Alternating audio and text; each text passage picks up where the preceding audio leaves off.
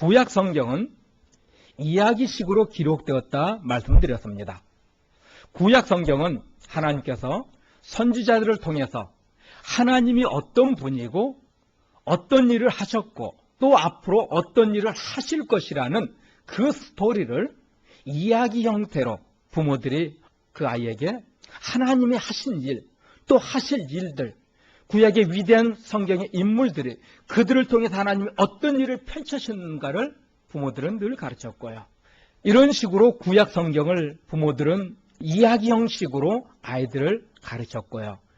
신약에 와가지고는 사복음서에서도 예수님이 하신 일의 이 행적을 또한 그렇게 표현하고 있습니다.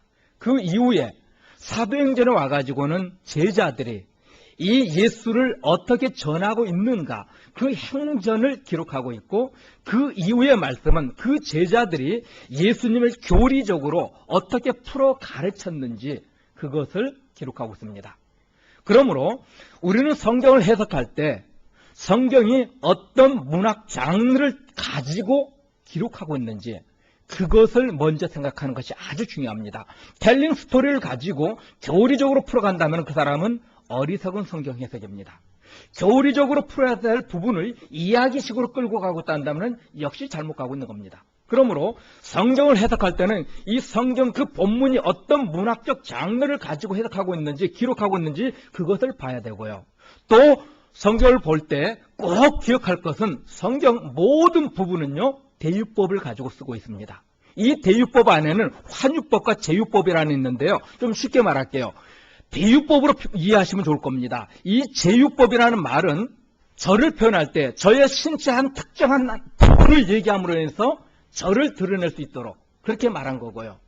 환유법이라는 것은 어떤 전체가 있지만은 일부분을 이야기함으로 인해서 전체를 이야기하는 겁니다. 다시 말하면요, 환유법은 전체를 이야기하기 위해서 한 부분을 특징적인 게 얘기합니다. 서울 그러면은 우리는 딱 연상하기를 대한민국 그렇게 연상할 수 있겠지요. 그런 식으로 성경은 기록했고, 이 제유법이라는 것은 어떤 한 특징을 가지고 저의 한 특징을 가지고 저를 연상할 수 있도록 하는 것이 제유법입니다. 성경은 이 대유법을 가지고 썼어요. 그러니까 성경에서 자녀라고 했을 때 단순히 내가 낳은 자녀만을 자녀라 말하지 않고, 다음 주에 좀 더 깊이 다루겠지만 부모라고 말할 때, 부모를 공경하라 말할 때 그 부모의 범위가 단순히 나를 낳아준 부모가 아니라 이 대유법적인 성경 기록법을 이해한다면요, 내 위에 있는 모든 권세를 부모의 개념으로 이해하고 있습니다. 이런 식으로 성경의 전체적인 문맥이나 이 문학적인 방법을 이해하지 못하면은요, 참 많이 성경을 오해하게 되고 성경을 제멋대로 믿게 됩니다. 그러므로 오늘 우리가 어린이 주일을 맞이해서 내 자녀라 할 때 이 자녀는 이 대유법을 비유해서 봤을 때 단순히 내가 낳은 자녀가 아니라 나보다 어린 모든 사람을 자녀라는 비유를 주고 있는 겁니다. 사랑하는 성도 여러분이 단순히 내 자녀만을 어떻게 기를 것인가의 그 문제는 아니라는 거죠. 이스라엘에서는요, 나이 13살이 되면은 성인식을 합니다. 우리는 보통 18세대가 되면은 성인식을 하는데요, 이스라엘은 13살이 되면은 스스로 사고하고 스스로 행동한 그것을 책임질 수 있는 나이라 해가지고 13살이 되면은 성인식을 하는데, 바르 미츠바라는 성인식을 합니다. 이 바르 미츠바를 할 때요, 이스라엘의 랍비가, 지금 우리 교회식으로 해볼게요, 목사가 아이를 하나씩 불러가지고요 성경 본문 하나를 줍니다. 아니면 탈무드 한 부분을 줍니다. 그리고 나서는 그 본문을 그 아이의 이야기로 재해석하게 합니다. 그리고 그 본문을 자기의 삶에 어떻게 적용시킬 것인가를 얘기하게 합니다. 13살이 되면 이걸 할 수 있다는 겁니다. 오늘날 교회의 특징이 뭡니까? 설교의 특징이 어떻게 하면 복을 받을 수 있을 것이다는 철저히 자기 중심적이고, 내가 이렇게 기도하면 복을 받을 것이고 내가 이렇게 순종하면 복을 받을 것이다는 이것으로 성경을 자꾸 풀어가는데요, 이 미르 바츠바의 교육에서는요 그것이 아니었어요. 내가 하나님을 이 본문을 통해서 어떻게 발견했는가, 이 본문에 기록된 하나님은 어떤 하나님인가, 이 하나님께서 하신 일이 무엇인가, 이것을 아이들에게 발견하게 했고, 그 발견한 하나님 앞에 내가 어떻게 적용하고 순종하고 살 것인가, 이것을 그 아이들의 입에서 스스로 고백하게 만들었습니다. 오늘날 교회 교육이 그렇게 가야 합니다. 젊은이들이 교회를 떠나는 이유가 어디에 있습니까? 성경을 모르기 때문입니다. 교회에서, 우리 주일학교에서 프로그램 중심의 주일학교, 재미 위주로 아이들을 가르치다 보니까 이 아이들은 진리신 예수를 모르고 자랍니다. 목사나 전도사 아니면 교사들이 아이들에게 세뇌 교육을 시키고 있습니다. 예수 믿으면 구원받아. 그러니까 너는 예수를 나의 주 나의 하나님으로 고백해가지고 이것을 고백시킵니다. 세뇌 교육 시키고 있어요. 그러고 나서 그 아이들이 예수님을 믿으면 구원받는다 하니까 예수님 나의 주님입니다. 나의 하나님이십니다. 고백해요. 그러면 교사나 목사가 뭐라 합니까? 너 구원받았어. 이런 식으로 세뇌 교육 시켜요. 세뇌 교육으로 애들이 변하지 않아요. 저도 전도 훈련을 받았고 또 전도 훈련한 사람들 교육을 시키면서 제일 큰 딜레마가 여기에 있습니다. 그들이 예수를 믿겠나라 했을 때 전도자가 하는 일이, 마지막에 하는 일이 무엇입니까? 결단의 기도를 시키죠. 내가 이제 예수를 나의 주님, 나의 하나님으로 영접합니다. 내 인생을 하나님께 맡깁니다. 이런 결단을 시키고 나서 그들이 이 결단을 따라하면 뭐라 말합니까? 이제 당신은 구원받았습니다. 이렇게 또 세뇌시켜요. 아니에요. 세뇌를 당해서 구원받는 성도 없습니다. 이렇게 오늘날 많은 크리스찬들이요, 표면적으로만 예수를 만났습니다. 표면적으로만 예수를 알고 있어요. 자기 인격에 예수를 없다는 말씀입니다. 세뇌당한 아이는요, 어떤 사건을 만나면은 떠나갑니다.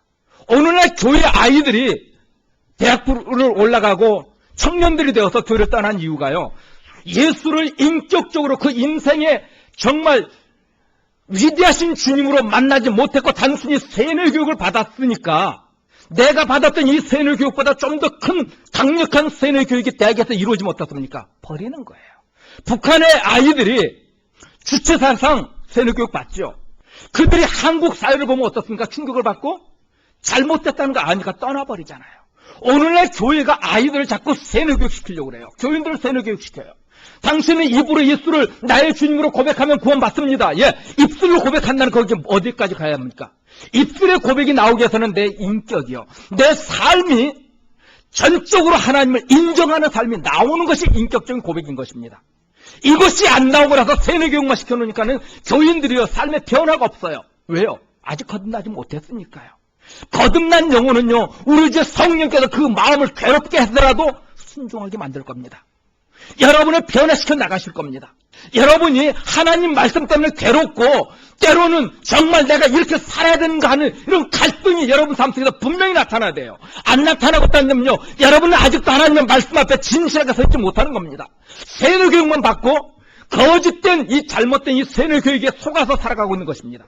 사랑하는 성도 여러분, 예수를 여러분이 인격적으로 만날 수 있기를 바랍니다. 오늘날 교육의 목적이 무엇입니까? 안타깝게도 오늘날 교육의 목적은 우리의 자녀들을 세상에서 성공하고 출세하고 더 좋은 직장, 더 좋은 집, 더 나은 미래를 꿈꾸면서 아이들을 열심히 교육합니다. 나쁘다는 얘기는 아닙니다. 한국 사회에서도 교육의 목적이 무엇입니까? 교육 이념은 홍익인간이죠. 널리 사람을 이롭게 하는 이 좋은 교육 이념을 가지고 있습니다. 그런데 실상은 어떻습니까? 학교나 가정에 돌아가서 보면은요, 학교에 친구가 없습니다. 다 적이에요. 내가 밟고 지나가야 될 적이요. 학교에서 친구에 대해서, 우정에 대해서, 이 풍성한 인격에 대해서 가르치질 않아요. 철저히 경쟁 구도 속에서 남을 짓밟고 가야 되는 이 생존 경쟁, 이 밀림의 법칙을 아이들에게 가르치고 있습니다. 우리 부모들도 그래요. 어떻게 우리 자녀들이 건강한 인격을 가지고 잘 자랄 것인가는 관심이 없고, 어떻게든지 내 자녀가 더 좋은 직장, 더 높은 자리에 올라가서 더 떵떵거리며 살 것, 이것이 우리의 관심이 되고 말았습니다. 그러니까 그 아이들이 인격이 철저히 파괴되니까요, 부모를 대적하고, 심지어 어떤 자들은 부모를 죽이는 자까지 생기지 않습니까? 이렇게 자란 아이들이 정치인이 되고 법률가가 되고 의사가 되고 선생이 되고 회사 오너가 되고 심지어 부모까지 되어버렸습니다. 그러니 세상이 부패하지요. 저부터도 잘못된 이 양심을 가지고 살다 보니까요, 이 사회에서 그토록 하나님이 책망하셨던 정의와 공의와 사랑의 실천이 되는 그런 하나님이 인정되는 삶을 살지 않게 되니까 어떻습니까? 우리의 가정이 파괴되고요. 우리의 사회가 파괴되고요. 정말 우리의 자녀들을 마음 놓고 하룻밤 밖에 나가서 지내고 오라 말할 수 없는 그런 세상으로 변질되고 말았습니다. 왜요? 우리가 그렇게 키웠습니다. 성경은 교육의 목적을요, 하나님을 아는 자에 두고 있습니다. 신명기 6장에서 교육의 이 쉐마 교육의 목적은요, 하나님을 아는 자입니다. 하나님을 안다는 것은 하나님을 인격적으로 경험하고 그 경험한 것을 가지고 자기 삶에 적용시키며 살아가는 것을 하나님을 아는 자라 말하는 것입니다. 세상에서 어떻게 성공하고 출세하고 부자가 될 것인가, 얼마나 화려하게 살 것인가, 이것은 둘째 문제예요. 그것은 하나님이 하실 일입니다. 우리는 자녀들을 하나님의 말씀을 듣는 자녀로 양육해야 합니다. 오늘날 많은 기독교인들은 성경은 그렇지만 우리가 살고 있는 현실은 그렇지 않잖아 하면서 성경의 권위보다는 우리의 삶의 현실을 더 중요하게 여기고 있습니다. 성도 여러분, 저는 여러분에게 도전합니다. 여러분의 자녀들이 세상에서 바보라는 소리를 듣는날지라도요, 성경 말씀에 최고의 권위를 두고 거기에 순종하는 자녀들로 기를 수 있기를 주 이름으로 축복합니다.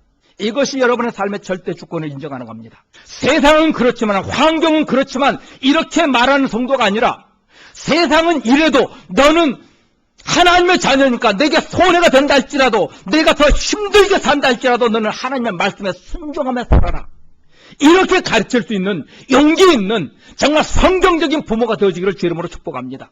자녀는 하나님께서 우리에게 위탁해 주신 자들입니다. 내 것이 아니라는 겁니다. 하나님께서 내게 맡겨주실 때는 하나님이 원하는 자녀를 나한테 만들어 달라고 위탁해 주셨다는 말씀입니다.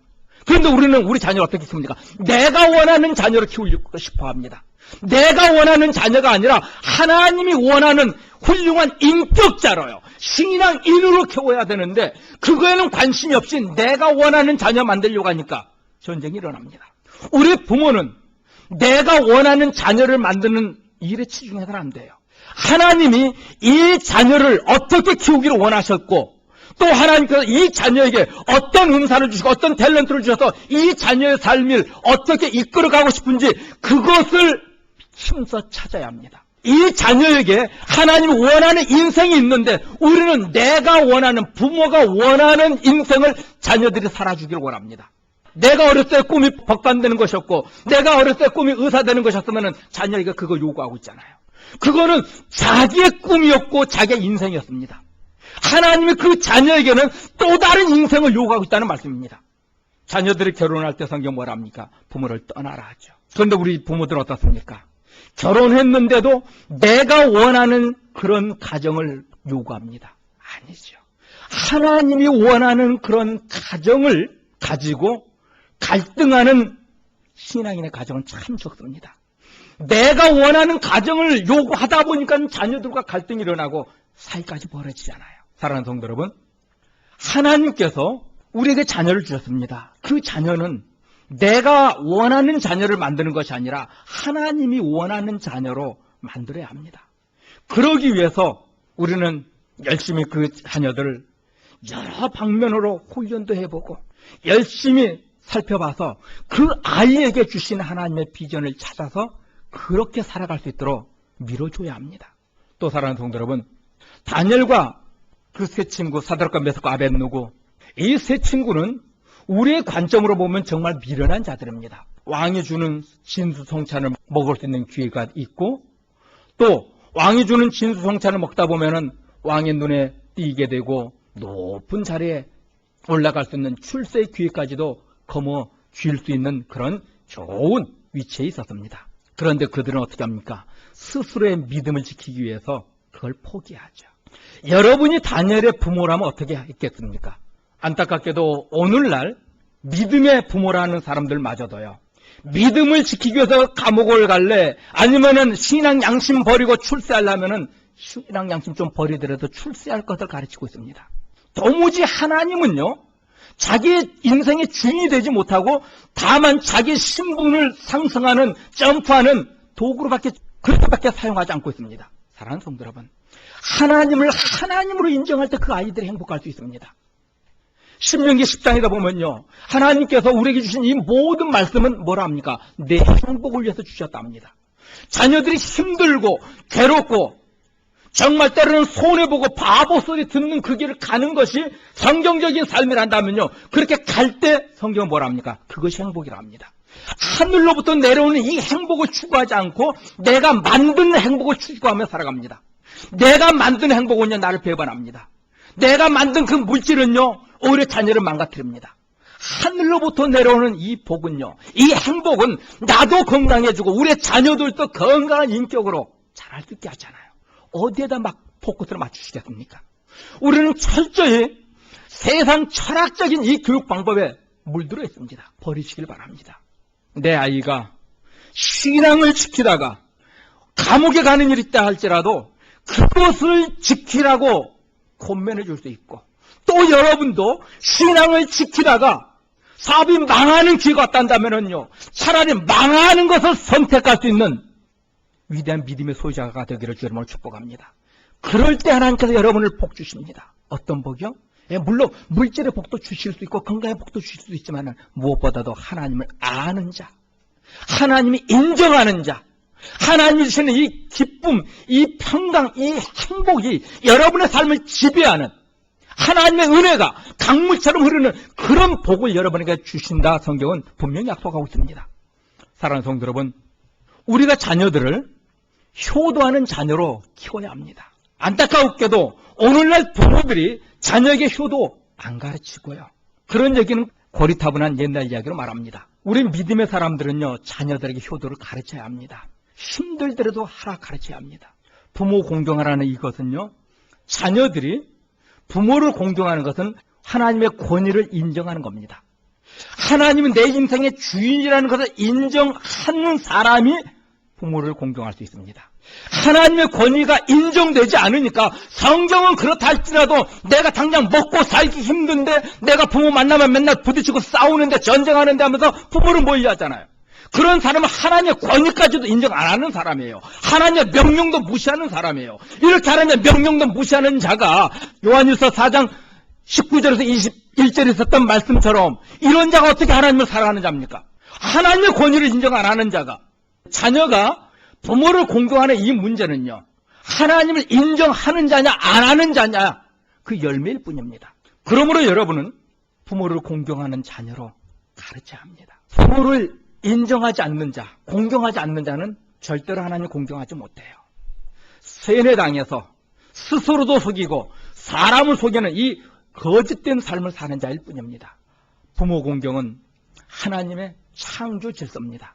하나님이 이 세상을 운영하는 한 방편입니다. 부모는 하나님의 대리인으로서 자녀를 양육해야 될 사명을 가졌습니다. 부모는 율법의 기능처럼 몽학선생과 같은 그런 존재들입니다. 부모는 자녀를 하나님을 아는 자녀로, 하나님을 찾는 자녀로, 하나님께 순종하는 자녀로 가르쳐야 될 이 몽학선생과 같은 그런 사명을 가진 자입니다. 오늘날 부모들은 자녀들이 잘 되기를 원한다면서 자녀들이 잘 될 수 있는 것을 싹을 다 잘라버렸어요. 성경 뭐라 합니까? 네 부모를 공경하라. 그리하면 내가 땅에서 잘 되고 장수하리라 말씀하셨습니다. 약속 있는 첫 계명을 하셨던 이 계명을 자녀들이 지킬 수 있는 기회도 안 주고 가르치지도 않고 자녀가 잘 되기를 원한다면서요? 이율배반적이잖아요. 기회도 안 줬잖아요. 가르치지도 않았는데 어떻게 자녀가 잘 됩니까? 정말 자녀가 잘 되기를 원하신다면요, 사랑하는 성도 여러분, 자녀가 부모에게 효도할 수 있도록 가르치시고 기회를 주셔야 합니다. 이민자의 가정을 보면은 나이 드신 분들은 그래도 월세라도 받고 자녀들은 하루하루 먹고 살기 힘드니까 어떻게 합니까? 자녀가 부모를 공양하는 것이 아니라 부모들이 자녀에게 용돈 주니라 급급하잖아요. 그 가정 평생 그렇게 살 것입니다. 하루하루 먹고 살기 급급하다 할지라도 제 부모를 공경할 줄 아는 자, 하나님의 복을 주세요. 이거는 약속 있는 첫 계명을 하셨습니다. 부모는 덥석덥석 받고 힘써 자녀를 축복하며 기도해 주시면 돼요. 우리 부모들은 어떻습니까? 받고 나면은 100원을 받으면은 1000원을 돌려주는 게 부모잖아요. 우리 하나님도요. 그러므로 사랑하는 성도 여러분, 우리가 자녀를 위해서 산다면서 정작 자녀를 위한 짓은 하나도 안 하고 있습니다. 자녀들이 부모에게 효도하기를 가르치십시오. 그럴 때 하나님께서 그 자녀를 책임져 주십니다. 하나님께서 책임져 주시는 자녀와 여러분이 아무리 능력 있고 지혜가 있고 힘이 있고 권세가 있다 할지라도요, 그 자녀에게 건강 줄 수 있습니까? 행복 줄 수 있습니까? 그 아이의 미래를 보장해 줄 수 있습니까? 오히려 많은 권세와 재물은 그 아이를 멸망의 길로 끌고 갈 것입니다. 전능하신 하나님이 우리의 자녀를 책임질 수 있도록요, 우리는 하나님의 권위를 인정하고 열심히 우리 자녀들이 하나님을 찾는 자가 될 수 있도록 가르치시기 바랍니다. 그리고 그 자녀들이 부모에게 효도할 수 있는 자녀로 양육하시기 바랍니다. 그럴 때 우리 자녀가 살아요. 우리 자녀들을 하나님을 아는 자로 키우시기 바랍니다. 이 이스라엘 사람들이 했던 것처럼 그들의 언어로 성경을, 어린 아이들도 자기의 언어로 성경을 이해하게 할 수 있고, 여기 기록된 하나님이 어떤 분이신가를 발견할 수 있고, 그 하나님 앞에 내가 어떻게 살 것인가를 스스로 결단하며 자기의 삶에 어떻게 적용할 것인가를 이야기할 수 있는 이런 신앙인으로 키워가시기 바랍니다. 아니, 여러분도 그렇게 사셔야 합니다. 단순히 교회에 와서 설교를 듣는 것으로 끝나는 것이 아니라 하나님의 말씀 여러분 스스로가 보셔야 됩니다. 보시고 이 기록된 말씀이 내가 어떻게 복을 받을 것인가, 이것이 아니라 여기에 기록된 하나님이 어떤 분이라는 거, 하나님을 찾아내시기 바랍니다. 하나님이 찾아지고 그 하나님께서 오늘 내게 무엇을 말씀하고 있는가, 그 말씀하는 말을 내가 어떻게 내 인생에서 실천하고 살 수 있을 것인가, 늘 그것을 찾으시기 바랍니다. 어떤 시련이 온다 할지라도 내가 하나님을 인격적으로 만났으니까요, 흔들리지 않습니다. 성경은요, 지식이라는 말을 다하트라는 언어를 쓰고 있습니다. 이 다하트라는 말은요, 다른 말로 하면 야다라는 단어를 쓰고 있는데요, 이 야다라는 단어나 다하트라는 단어는요, 경험적으로 아는 지식입니다. 하나님을 이 성경을 통해서 경험적으로 좀 만나고 알라는 겁니다. 단순히 표면적으로 읽어가는 정도가 아니라 이 말씀 한 구절 한 단어 한 단어에 우리 주님이 친히 내게 지금 하시는 말씀으로 듣고 그 말씀을 내가 감격 가운데 감사함으로 내가 인격적으로 만나야 된다는 겁니다. 이것이 지식입니다. 그런 다음에 우리가 늘 기도할 때 지혜를 달라고 그러죠. 그 지혜는 무엇입니까? 이 다하트나 이 야다, 내가 만난, 내가 경험한 하나님을 내 삶에 어떻게 적용하며 살 것인가가 호크마트, 이렇게 표현하고 있습니다. 여러분의 삶에 하나님의 말씀이 적용되지 않고 있다 한다면요, 여러분은 쇠뇌당한 자입니다. 목사에게, 많은 사람들에게, 교인들에게 쇠뇌당한 사람에 불과합니다. 쇠뇌당해서 사는 사람 불행한 자입니다. 마지막 날 주님께서 나 너 몰라 그러실 겁니다. 인격적으로 주님을 만나는, 여호와를 아는 이런 지식에 우리 성도들이 다 이룰 수 있기를 바랍니다. 여러분의 삶 속에 하나님의 말씀이 적용되어지고 그 말씀으로 인해서 여러분이 즐거워하고 행복하고 감사하고 만족하는 이런 삶이 여러분 안에 나타날 수 있도록 성경을 깊이 묵상하시고요, 그 말씀에 순종하시기 바랍니다. 하나님의 말씀은 살기 있지 않습니까? 우리가 세상을 사는 방법은요, 말씀입니다. 두 번째는 기도입니다. 우리가 기록된 하나님의 말씀을 인격적으로 고백하고 이루어질 것을 믿고 기도할 때 도우시는 성령께서 여러분의 삶을 인도하실 겁니다. 성령이 여러분을 어루만져 주고 여러분을 인도해 주지 않으면요, 우리는 아무것도 할 수 없는 존재, 우리 자녀에게 어떤 것도 줄 수 없는 무능한 존재들입니다. 그러나 여러분이 말씀으로 우리 주님을 만나고 기도로 깨달은 그 주님 앞에 믿고 기도할 때 성령께서 여러분의 삶을 만져주시고 여러분의 자녀의 삶까지도 만져주실 겁니다. 이것이 행복이잖아요. 신명기 6장 이 쉐마 교육의 핵심이 바로 이것입니다. 사랑하는 성도 여러분, 그러기 위해서 먼저 우리는 마음과 뜻과 정성을 다해서 하나님을 사랑하되 하나님의 권위를 인정하시기 바랍니다. 하나님의 말씀이 나의 모든 삶의 기준이 되어질 때 세상 것을 이 말씀 위에 두지 않을 것입니다. 말씀과 세상이 부딪힐 때 우리는 자연스럽게 말씀을 의존하는 그런 자들로 변화될 것입니다. 하나님이 하실 것이기에 이제 우리 자녀들을 기회가 있는 대로 하나님을 찾는 자녀로 양육할 수 있기를 주의 이름으로 축복합니다.